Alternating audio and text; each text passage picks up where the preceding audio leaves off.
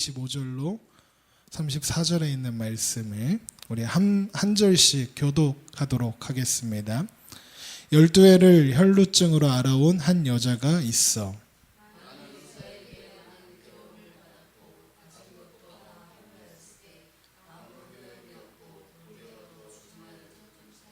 예수의 소문을 듣고 무리 가운데 끼어 뒤로 와서 그의 옷에 손을 대니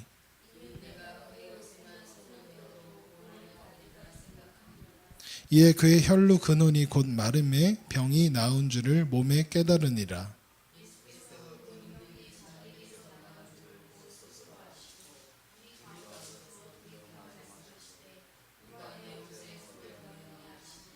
제자들이 여짜오되 무리가 에워싸 미는 것을 보시매 누가 내게 손을 대었느냐 물으시나이까 하되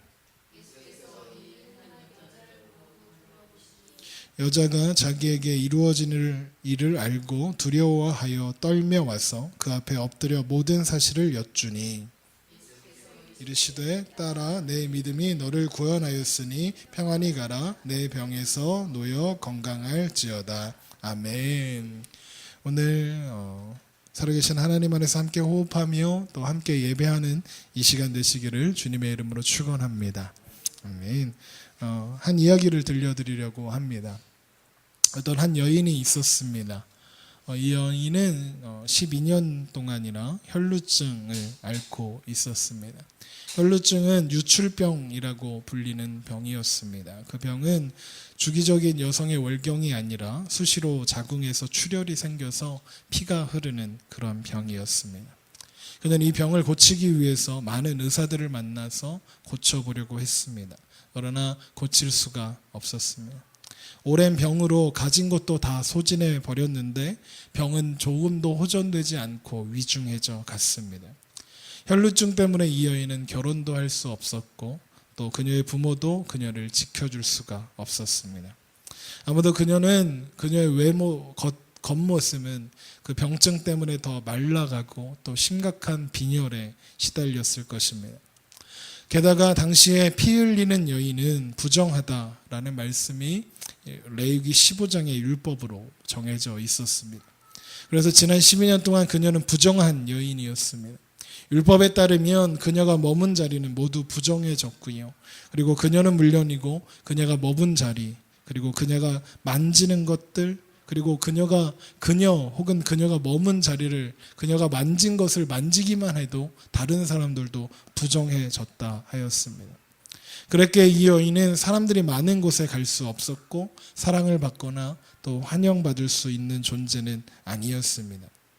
아마도 사람들이 많은 곳에 그녀가 나타나면 사람들은 그녀를 안타깝게 보는 대신 부정하다고 더러운 여인이다 이렇게 이야기했을 것입니다. 그녀는 어쩌면 나병 환자처럼 부정한 사람 취급을 받아야 했을지도 모르겠습니다. 나병 환자들은요 마을 안에 머물지 못했습니다. 부정한 사람들의 특징입니다. 그리고 누군가 멀리 사람이 지나가면 부정하다 부정하다 외쳐야 했습니다. 그래서 사람들이 가까이 와서 그 부정해지는 것들을 막아야 했습니다. 그녀 또한 어쩌면 그 부정함 때문에 마을 안에 머물지 못했을 것이고 스스로를 부정하다 말하며 선포하며 사람들에게 이야기해야 했을 것입니다. 사람들은 그래서 그녀 때문에 그리고 그 여자가 만진 모든 물건에 접촉하지 않도록 주의를 기울여야 했습니다. 당시 사람들에게 유출병은 하나님의 저주와 같았습니다. 그래서 하나님의 저주받은 여인으로 그녀는 살아가야 했고 그래서 그 삶은 고통 그 자체였습니다. 당연히 가족들로부터도 멀리함을 받게 되었고 사회적인 보호도 받을 수 없었습니다. 게다가 아프기까지 한 상황입니다. 고통으로 슬픔으로 가득한 삶이다 할 수 있습니다. 생각해보면 그녀는 자신이 할 수 있는 일을 다 했습니다.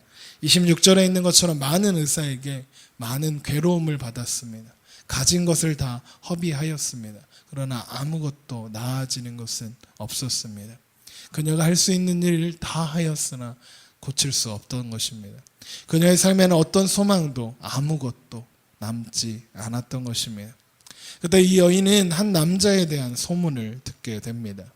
그런 약하고 소망 없는 삶들을 만나 주신다 하였습니다. 병든 자를 고쳐 주신다 하였고 약한 사람들을 위로하신다는 소문이었습니다. 그 사람이 어디에 있느냐 물어보니 갈릴리 지방에 가면 만날 수 있다 하였습니다. 그 여인은 그래서 길을 떠납니다. 부정한 여인이고 마을 안으로 들어가는 것이 허락되지 않았던 한 여인, 게다가 몸은 약해질 대로 약해져 있고 가진 것도 거의 남아있지 않은 여인, 아마도 며칠을 걷고 또 걸었을 것입니다. 그리고 갈릴리 마을 근처에 도착했을 때 그 마을 안에 지금 그 남자가 있다는 소식을 들었습니다. 아마도 그녀는 이 시점에 엄청난 고민을 해야 했습니다. 그녀가 혹 마을로 들어갔다가 유출병에 걸린 사람, 부정한 여인이다 이것이 드러나면 마을에서 돌에 맞아 죽임을 당할 수도 있었고 마을에서 쫓겨나야만 했을 수도 있고, 그리고 그 사람을, 자신을 고쳐줄 수 있을지도 모른다는 그 사람을 만날 소망이 없었기 때문에 그렇습니다. 그래서 고민하고 있었습니다. 그러나 그녀에게 더 이상의 소망은 없었습니다. 이제 그 남자를 만나는 것이 이 여인의 유일한 소망이었고 또 유일한 해결책이 될 수 있었습니다. 그녀가 마을에 들어서는 순간 이미 그녀는 목숨을 걸고 있는 것입니다. 죽음을 각오하고 있습니다. 마을에 들어섰던 그녀는 그 남자를 찾는 것 그렇게 어렵지 않았습니다. 수많은 사람들이 모여 그 사람을 따라가고 있었기 때문에 그렇습니다. 웅성거리는 소리를 따라 들어보니 회당장 야이로의 딸이 죽게 되었고 그 아이를 고쳐주러 가는 길이라 하였습니다. 그녀는 그 사람 앞에 나설 수는 없었습니다. 우리가 이미 이야기한 것처럼 그녀는 부정한 여인이었고 또 군중들을 밀치며 그 사람 앞에 나섰다가는 혹은 병을 고치게 된다 해도 부정한 사람이 마을에 들어왔고 또 수많은 군중들을 밀치며 그리고 부정하게 만들며 그 사람에게 다가온 것이 밝혀지게 될 것이기 때문에 그렇습니다. 병이 나아도 혹 죽을 수 있었습니다. 그래서 그녀는 그 마음에 이르기를 그 사람의 옷자락이라도 만지면 나을 수 있지 않을까 생각하게 되었습니다. 군중들 속에서 그녀는 그 사람의 옷자락을 만지게 됩니다. 그리고 그녀는 그 순간 병이 나온 줄을 깨닫게 되었습니다. 너무나도 놀랍고 감격스러운 순간이었습니다. 그래서 그녀는 아무 말도 하지 못하고 그 자리에 멈춰 섰을 것입니다. 수많은 사람들이 떠들며 지나가고 그녀 곁을 지나갔지만 아무것도 들리지 않고 아무것도 보이지 않았을 것입니다. 그저 고침받았다는 그 사실, 이제 자신의 영혼이, 그 삶이 구원받았다는 사실을 깨닫고 감격하여 그리고 그 자리에 서 있었을 것입니다. 그 순간 군중들이 멈추었습니다. 그리고 군중들이 갑자기 조용해졌습니다.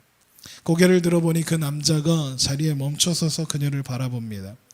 그리고 묻습니다. 누가 내 옷에 손을 대었느냐? 그 남자의 제자들이 옆에서 대답합니다. 우리가 에워싸 둘러싸 있는 것 그리고 서로 미는 것을 보시며 누가 내게 손을 대었느냐 물으십니까? 어쩌면 그 순간 그녀는 다행이다 여겼을지도 모르겠습니다. 그래, 아무도 눈치채지 못했을 거야. 그러나 그녀를 바라보고 있는 그 남자의 시선은 피할 수가 없었습니다. 그래서 여인은 그 앞으로 나와 엎드렸습니다. 오늘 본문 30절입니다.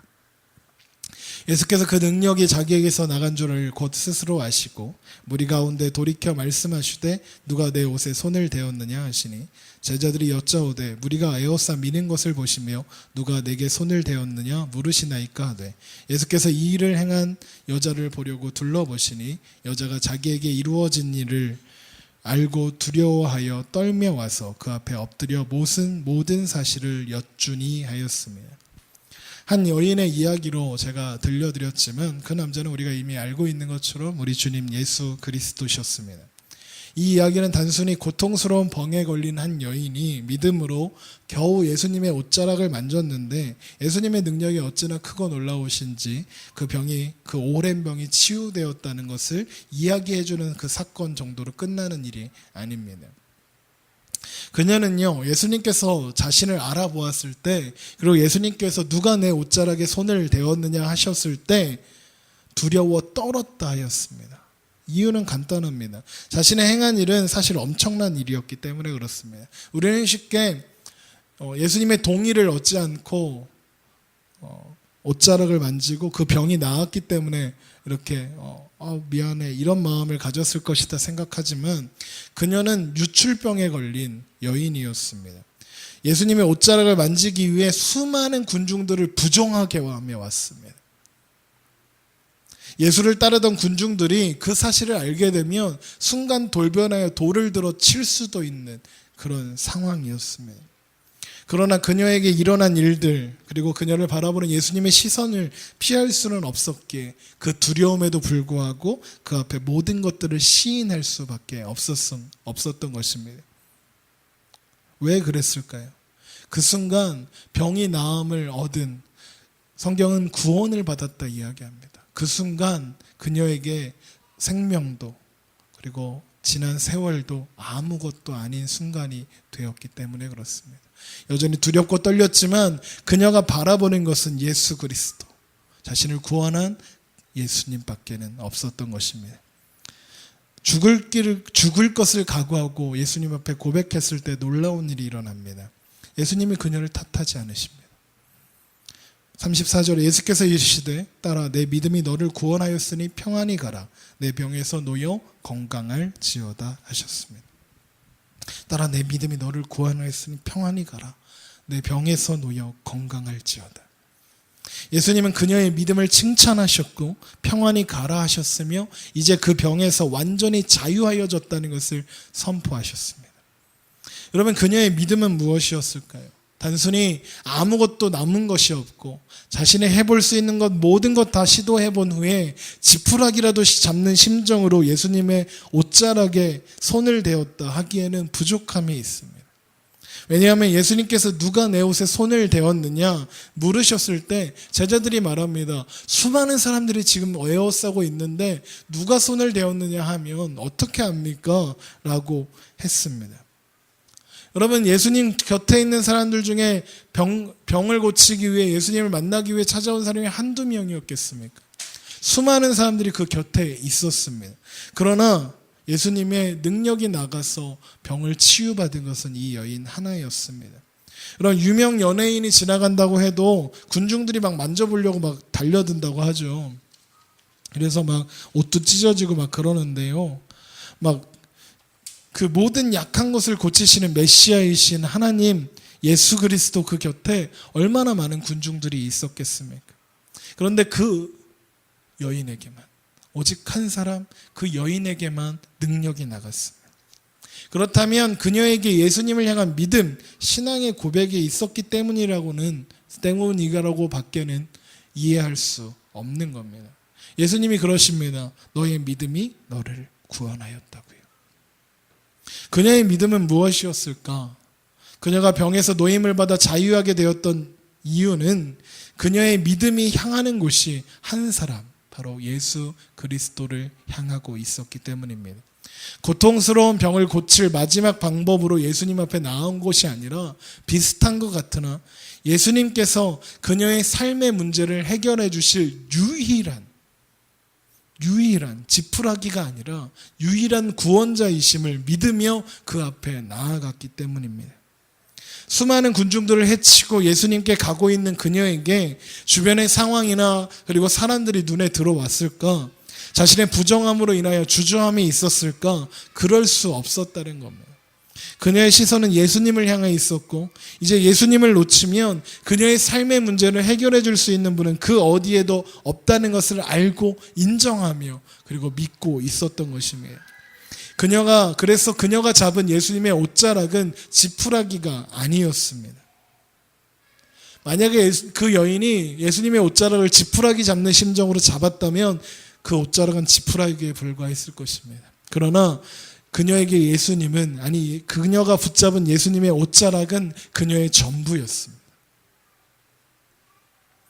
그녀에게 생명보다 귀한 그것이 바로 예수 그리스도였습니다.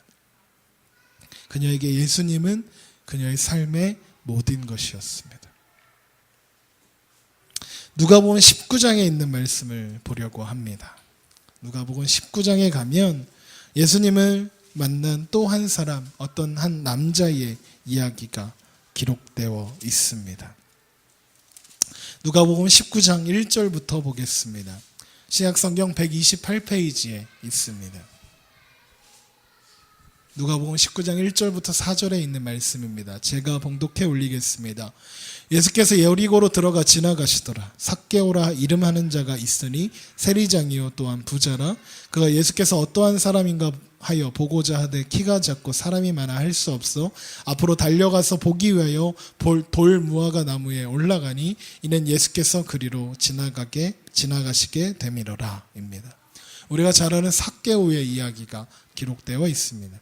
삭개오는 세리장이었으며 부자였습니다. 당시 세리는, 그 중에서 세리장은 정말 악독한 사람들이었습니다. 지역에 사는 사람들이 두려워하며 그리고 동시에 싫어하는 사람이었습니다. 세금을 낼 때 세리의 권한이 막강했기 때문에 그렇습니다. 동시에 동족을 갉아먹는 동족들의 세금을 걷어서 로마에 갖다 바치는 그런 매국노로 여겨지던 사람이었습니다.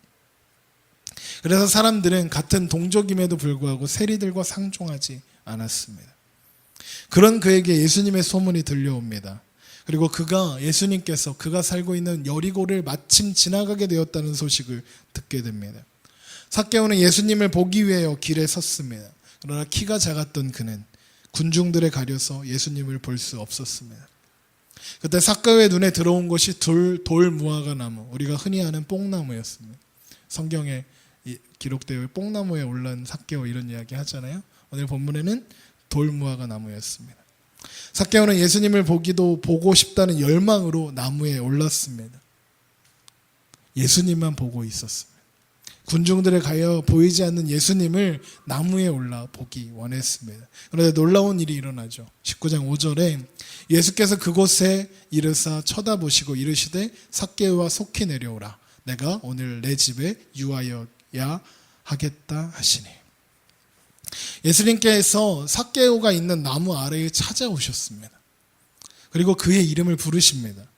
삭개오야 내려와라. 아무도 이야기해 주지 않았는데 예수님이 그를 알고 계십니다. 그 귀하신 분이 죄인인, 모든 사람들이 상종하기 싫어하는 죄인인 삭개오를 부르십니다. 삭개오는 아마도 서둘러 나무에서 내려왔을 것입니다. 그리고 예수님 앞에 아마 엎드렸을 것입니다. 그리고 예수님을 모십니다. 사람들은 수군되었습니다. 19장 6절에 있는 말씀입니다. 급히 내려와 즐거워하며 영접하거늘 뭇사람이 보고 수군거려 이르되 저가 죄인의 집에 유하러 들어갔도다 하더라. 여러분, 당시 세리들은요 정직하게 세금을 걷는 일이 없었습니다. 세금을 거둘 때 일정 부분 남겨서 그것이 세리들의 수입이 되는 구조였기 때문에 그렇습니다. 그래서 정해진 세금보다 얼마나 더 많이 걷느냐에 따라서 세리들의 삶의 수준이 결정되는 겁니다. 정해진 세금에 과도한 차액을 남기고 세리들은 세금을 걷어냈습니다. 그래서 세리들은 대체로 부요했다고 합니다. 덕분에 동족들에게 비난을 받고 천대받을 수밖에 없었던 것입니다. 자신들의 사리사욕을 위해서 동족들을 괴롭히는 사람들로 낙인 찍혔기 때문에 그렇습니다. 그런 세리, 그 중에서도 세리장입니다. 세리의 대장입니다. 그런 삭개오가 예수님 앞에 예수님을 자신의 집을 모신 이 삭개오가 이렇게 고백합니다. 8절입니다. 삭개오가 서서 주께 여짜오되 주여 보시옵소서 내 소유의 절반을 가난한 자들에게 주겠사오며 만일 누구의 것을 속여 빼앗은 일이 있으면 내 갑절이나 갚겠나이다 합니다. 그가 모은 재물이나 재산이 더 이상 소중하지 않은 사람처럼 말하고 있습니다. 아니, 더 이상 삭개오에게 재물이나 재산은 중요하지 않습니다. 여러분, 아까 말씀드린 것처럼 세리들은 정직하게 세금을 거둔 적이 없습니다. 삭개오라도 달랐을까요? 아마 그가 이야기한 것처럼 누구 것을 속여 빼앗은 것들을 갚아내려면 아마도 그가 모았던 재물들 다 허비하여도, 즉 다 없어져도 불가능했을지도 모릅니다. 그런데 그렇게 하겠다 합니다. 그 순간 삭개오에게 자신의 물질들은 중요한 것이 될 수 없었습니다. 왜냐? 그를 만나주신 예수 그리스도, 그 삶에 찾아오신 예수 그리스도가 이제 그에게 전부가 되었기 때문입니다. 그의 고백에 예수님께서는 이야기하십니다. 9절입니다. 예수께서 이르시되 오늘 구원이 이 집에 이르렀으니 이 사람도 아브라함의 자손이로다. 동족들로부터 온갖 비난과 멸시를 받는 삭개오에게 예수님은 아브라함의 자손 곧 하나님의 자녀라고 선포하셨습니다. 예수님께서 삭개오를 하나님의 자녀라고 이야기하시고 인정하신 이유가 단순히 그가 재물을 팔아 이웃들에게 나누어주고 갚겠습니다 했기 때문이었을까요? 잘못한 일을 네 배로 갚아주겠다 그랬으니까 그랬을까요? 그렇지 않다는 겁니다. 삭개오의 고백 뒤에 있는 삭개오의 시선, 삭개오의 중심, 삭개오의 믿음을 보셨기 때문입니다. 부여했으나 가질 수 있는 것 다 가져보았으나 여전히 공허하였던 그리고 외로웠던 삭개오의 삶에 찾아오신 예수 그리스도, 예수님은 이제 삭개오의 삶에 찾아오신 유일한 구원자요 그리고 모든 것이었던 것입니다. 우리가 먼저 이야기 나눈 12의 혈루병 앓았던 여인 그리고 삭개오, 이 두 사람이 이제까지 살아온 삶을 비교해 보면 정말 정반대의 삶입니다. 여인은요, 병으로 고통받았습니다. 가난하고 험난한 삶을 살아왔습니다. 힘들고 지친 삶을 살아왔습니다. 한 사람은 세리로 부요하게 살아왔습니다. 누릴 수 있는 것 다 누리면서 살아왔습니다. 그러나 그 둘에게는 한 가지 공통점이 있었습니다. 바로 삶의 목마름이 있었던 것입니다. 삶의 갈증이 있었던 것입니다. 그리고 한 번도 보지 못했던 한 사람, 예수 그리스도를 향한 목마름이 있었습니다. 수많은 사람들이 당시 예수님에 대한 소문을 들었을 것입니다. 그러나 12의 혈루병 앓았던 이 여인 그리고 삭개오가 수많은 소문을 들었던 그 사람들 중에 한 사람이었던 이 두 사람이 달랐습니다. 그냥 소문을 들은 것이 아니라 믿음으로 예수 그리스도를 바라보았던 것입니다. 그리고 그들이 예수님이 자신들의 삶의 유일한 구원자이심을 간절하게 믿고 붙잡고 있었던 것입니다. 우리 말씀을 하나 더 찾아보겠습니다. 시편 42편입니다. 많은 분들이 좋아하는 시편의 기록입니다. 시편 42편입니다. 시편 42편 구약성경 833페이지에 있습니다.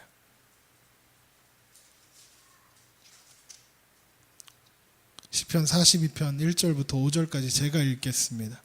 하나님이여, 사슴이 시냇물을 찾기에 갈급함 같이 내 영혼이 주를 찾기에 갈급하나이다. 내 영혼이 하나님 곧 살아계시는 하나님을 갈망하나니 내가 어느 때에 나아가서 하나님의 얼굴을 배울까?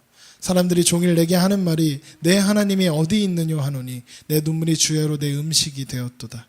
내가 전에 성의를 지키는 무리와 동행하며 기쁨과 감사의 소리를 내며 그들을 하나님의 집으로 인도하였더니 이제 이 일을 기억하고 내 마음이 상하는도다. 내 영혼아, 내가 어찌하여 낙심하며 어찌하여 내 속에서 불안해하는가? 너는 하나님께 소망을 두라. 그가 나타나 도우심으로 말미암아 내가 여전히 찬송하리로다. 아멘.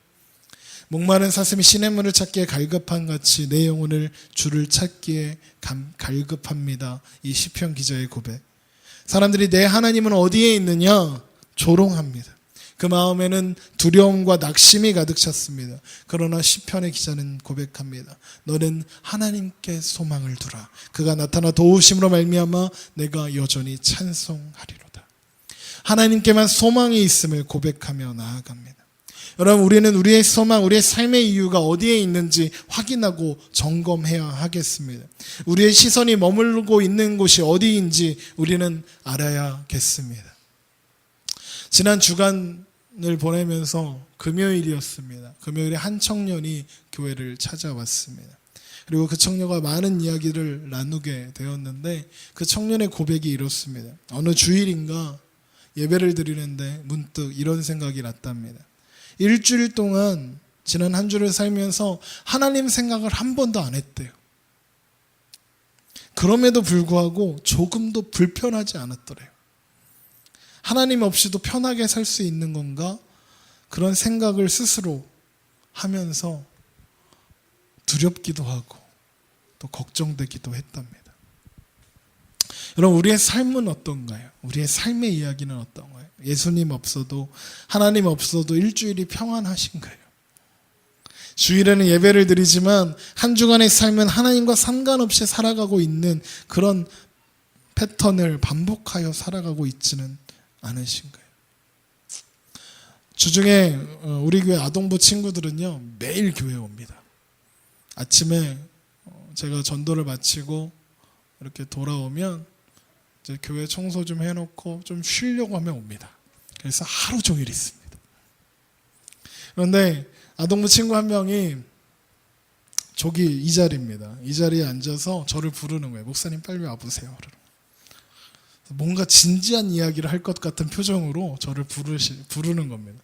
그래서 옆에 가서 앉았더니 목사님 제가 할 말이 있는데요 이러는 거예요. 5학년짜리 꼬마아이가.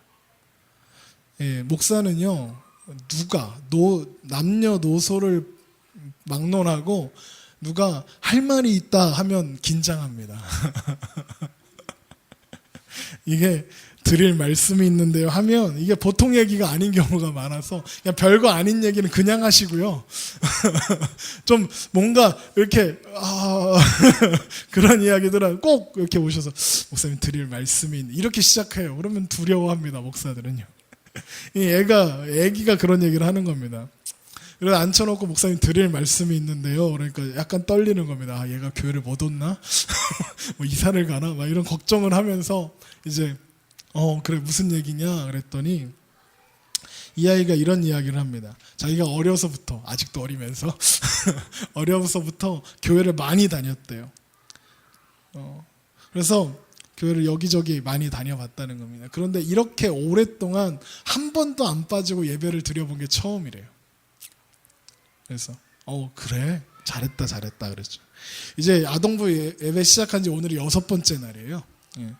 근데 지난 주중에 얘기한 거니까 5번 예배 드리니까 5번을 연속으로 예배를 드려본 적이 없는 거예요. 그리고는 또 뭐라고 하느냐면요. 그런데요 목사님 그런데요를 계속 하는 거죠. 말해봐. 예전에는 헌금도 너무 아까워서 헌금도 안 했고요. 하나님도 안 믿었어요. 그런데 이제 헌금도 매주 해요. 5주 동안 했어요 헌금을. 하나도 안 아깝대요. 그러면서 뭐라고 하냐면 예전에는 하나님도 안 믿었었는데요. 이제는 하나님을 믿게 됐어요. 그러는 거예요. 그 친구가 오늘 10시에 왔어요. 9시가 예배 시간인데 늦잠을 잔 거예요. 10시에 그래도 교회 가야 된다고 온 거예요. 와서 제일 먼저 뭐 했는 줄 아세요? 헌금을 했어요. 그러면서 그러는 거예요. 목사님 죄송해요. 늦잠 잤어요. 그러면서 오는 거예요. 이렇게 토닥토닥 해줬습니다. 그 마음이 얼마나 귀한지요. 이 아이의 고백이 얼마나 귀한 것이었냐면요. 요즘 되게 더웠잖아요. 저는 겨울을 좋아합니다. 눈을 쓸어야 하지만 겨울에는 꽁꽁 싸매고 안 돌아다니면 안 추워요. 가만히 있으면 돼요. 그런데 여름에는 어딜 가나 더워요. 그리고 다 벗어도 더워요. 그래서 그냥 가만히 서 있어도 땀이 줄줄줄줄 흐르는 겁니다. 게다가 지난 월요일, 화요일 제가 이틀 동안 서울의 양광감역에 청소년부 수련회를 인도하고 왔잖아요. 그랬더니 인도하고 아이들하고 막 기도하고 막 그러다 보니까 제가 너무 오버를 해갖고 막 11시 막 이렇게 끝났어요. 그래서 안산에 오니까 12시가 넘은 거예요. 12시가 넘고 막 씻고 정리하고 자니까 1시, 2시에 잠을 잤거든요. 그러니까 화요일날, 수요일날 아침에 너무 피곤했어요. 막 피곤한데 그래서 막 그래도 또 새벽 예배 했죠. 아침에 전도 갔다 왔죠. 그리고 동네 청소하고 이제 좀 쉬어야지 했더니까 애들이 놀러 오죠. 그러니까 쉴 틈이 요만큼도 없는 거예요. 그래서 너무너무 지쳤어요. 너무너무 진짜 야 집에 가 이러고 좀 쉴까 막 이런 마음이 들 만큼 너무너무 지쳐 있는 거죠. 그런데 그 아이가 마침 그때 그 고백을 하는 거예요. 피곤한 게 싹 사라지는 거예요. 하나님이 위로하시는 것 같았어요. 더 놀라운 건 뭔지 아세요, 여러분? 어제 제가 교회 청소를 하고 있는데 이제 제가 고등학교 3학년, 2학년 때 선생님이셨던 분이 계세요. 집사님이시고 그리고 이제 제가 장난삼아 사부님 그러는데 왜냐하면 그 형수님이죠. 그러니까 선생님의 이제 형이기도 하고 그러니까 형수님이 목사님이시거든요. 그러니까 뭐라 그러죠? 이렇게 사모라고 하잖아요. 그러니까 이제 목사님의 남편이시니까 사부님을 부르는데 그 사부님이 전화를 하신 거예요. 그러면서 되게 상기된 목소리로 이렇게 나누시는데 무슨 이야기를 하시냐면 자기 회사에서 신우회가 있대요. 신우회가 있는데 그 신우회에서 말씀을 매주 나누는데 이번 주 말씀이 그거였대요. 어린아이와 같은 믿음이 없으면 하나님 나라를 볼 수 없다라는 말씀을 나누었대요. 그런데 제가 그 아이 수진이거든요. 수진이라는 아이의 이야기를 페이스북에 이렇게 올려서 이렇게 많은 분들과 나눴어요. 그래서 그 이야기를 통해서 많은 분들이 감동을 받았다는 이야기를 해주셨는데 이분이 이거를 그 신우회 때 나누신 거예요. 신우회 때 제가 쓴 글을 그리고 그 아이의 사진과 함께 나눠주신 거예요. 그랬더니 이 신우회에 계신 분들이 이렇게 다들 감동을 받으시고 은혜를 받으신 거예요. 근데 그걸로 끝난 게 아니라 이분들이 또 자기 교회에 가셔서 그걸 또 다 나누고 계신다는 거예요. 그러면서 하시는 말씀이 안산에 있는 작은 교회에서 일어나는 작은 사건이 이렇게 수많은 사람들에게 선한 영향력을 미치고 있어. 그 작은 아이의 고백이 이렇게 수많은 사람들에게 영향을 미치고 감동을 주고 은혜를 주고 있다는 사실을 그 아이에게 꼭 얘기해줘 라고 하시는 거예요. 참 놀라운 시간이었습니다. 여러분, 어떻게 이런 아이에게 이제 교회 나온 지 5주, 6주밖에 안 된 그 아이의 입술에서 어떻게 이런 이야기들이 고백이 나올 수 있었을까요? 제가 고민했어요. 어떻게 이렇지? 했더니 이 아이가요, 하늘소리 교회에 놀러 오기 시작한 다음에요, 거의 매일 교회에 왔어요. 그리고 놀았어요. 제가 앉혀놓고 성경 공부를 시킨 적도 없고요, 앉혀놓고 예배를 드린 적도 없었어요. 그런데 중간중간 툭툭 이렇게 하나님에 대해서, 예배에 대해서 이야기해 주니까 예배 드리겠다고 예배 드리기 시작했던 거고요. 하나님을 듣고 하나님을 배우고 자연스럽게 하나님을 생각하게 된 거예요. 그리고 자기도 뭐라 설명은 못할 만큼 잘 모르겠지만 하나님을 바라보는 믿음이라는 게 생기기 시작했던 것 아닐까 생각해요. 이제까지 아이에게 교회는 지루하고 재미없는 곳이고 선생님들이 자꾸 혼내기만 하는 곳이었어요. 그런데 이곳에서 하나님을 알아가고 나니까 교회가 재미있고 예배가 행복하고 그리고 하나님을 믿노라 고백하는 자리까지 오게 된 것 같아요. 그러면 우리도 매일같이 교회 와야 하나요? 그렇지 않죠. 사실상 힘듭니다. 목사가 아닌 다음에 교회에 어떻게 매일 와요? 우리의 삶이 있으니까요. 그러나 우리의 삶 속에서 우리의 삶의 주인 되시고 우리의 삶의 유일한 소망 되시는 하나님 예수 그리스도 우리가 바라보고 있느냐? 그리고 그 삶의 중심에 예수님께서 계시느냐? 나를 위해 십자가를 지신 예수 그리스도, 그리고 부활하사 우리의 구원을 확증해 주신 그 예수 그리스도가, 그리고 이제부터 영원까지 나와 함께 하시겠다고 하시는 그 예수님이 내 삶의 전부, 내 삶의 주인으로 살아계시는가, 그것을 점검하고 확인하고 마음에 새기는 것이 그 방법이라고 생각합니다. 여러분, 갈라디아서 2장 20절의 고백을 아십니까? 내가 그리스도와 함께 십자가에 못 박혔나니 그런즉 이제는 내가 사는 것이 아니요 오직 내 안에 그리스도께서 사시는 것이라. 이제 내가 육체 가운데 사는 것은 나를 사랑하사 나를 위하여 자기 자신을 버리신 하나님의 아들을 믿는 믿음 안에 사는 것이라. 여러분, 내가 아니라 내 안에 예수께서 사시는 것입니다. 나를 위해 자기 자신을 버리신 하나님의 아들 예수 그리스도를 믿는 믿음으로 사는 것, 예수 그리스도만이 내 삶의 유일한 구원자시며 내 삶의 유일한 인도자이심을, 내 삶의 유일한 하나님이심을 고백하고 사는 것, 그것이 믿음으로 사는 자의 모습이 아니겠습니까? 우리가 아까 찬송한 것처럼 믿음으로 사는 자는 하늘 위로 받겠네. 무슨 일을 만나든지 만사 형통하리라. 12의 혈루병 앓았던 여인, 그리고 살게오, 그들의 삶에 믿음이 찾아오고 예수만이 그들의 삶의 유일한 소망임을 믿고 의지하였을 때 그들의 삶은 달라지기 시작했습니다. 진짜 행복이 무엇인지, 그리고 진짜 평안이 무엇인지, 그리고 그 삶의 가장 중요한 것이 무엇인지 비로소 깨닫게 되었다는 것입니다. 여러분, 우리의 삶은요, 때로는 험난합니다. 때로는 두렵고요, 때로는 고통스러운 일도 있습니다. 그리고 때로는 삭개오처럼 평안하고 모든 것들이 다 갖춰져 있을 때도 있었습니다. 그럼에도 불구하고 여러분, 우리에게 우리 삶을 주관하시고 우리와 함께 하시는 그 하나님을 바라보며 여전히 우리를 바라보시고 이제 함께 가자 하시는 그 예수님을 우리가 바라보아야 하지 않겠습니까? 여러분, 하루하루 치열한 그 삶 속에서도 은혜를 주신 하나님을 바라보는 시간이 수시로 있으시기를 바랍니다. 일주일을 살면서 한 번도 하나님 생각 안 했고 그것이 전혀 불편하지 않았던 그 청년의 고백처럼 우리의 삶은 하나님과 함께 하지 않으면, 하나님 생각을 일부러 하지 않으려고 애를 쓰지 않아도 그냥 가만히 있으면 하나님이 잊혀지기 십상입니다. 하나님의 말씀을 묵상하고 하나님 앞에 기도하며 하나님을 바라보는 그 시선이 우리 가운데 계속 있어야 합니다. 처음에는 괜찮은 것 같아도, 하나님 없이 사는 것이 처음에는 괜찮아 보여도, 오히려 더 편해 보여도 결국에는 지쳐 쓰러지고 무엇을 해야 할지, 무엇을 의지해야 할지, 무엇을 붙잡아야 할지 모르게 되는 그런 자리까지 가게 되는 것이 우리의 현실입니다. 여러분, 그런데 그럼에도 불구하고요, 우리 주님께서는 포기하지 않으시고 우리를 바라보십니다. 수많은 군중 속에서 예수님은 여인을 정확하게 바라보셨습니다. 수많은 군중들 속에서 예수님은 삭개오를 정확하게 알아보셨습니다. 그리고 이제 수많은 사람들 중에서 여러분 한 사람 한 사람을 바라보시고 부르고 계십니다.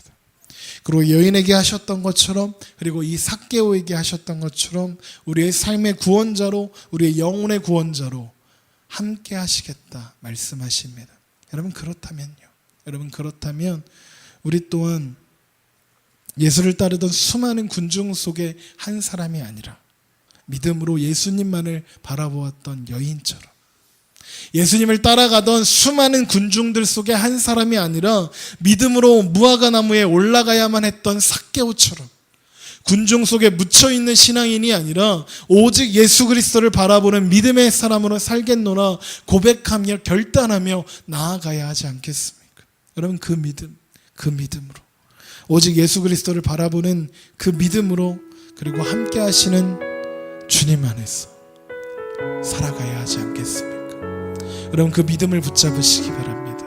그래서 그 믿음으로 오늘 하루도, 그리고 한 주간의 삶도 승리하며 사시는 저 여러분 되시기를 주님의 이름으로 축원합니다. 우리 이 시간 함께 찬양하고 기도할 텐데요, 정말 우리 삶 가운데 역사하시는 하나님만을 바라보며 살겠습니다. 그렇게 고백하는 시간이 되었으면 좋겠습니다.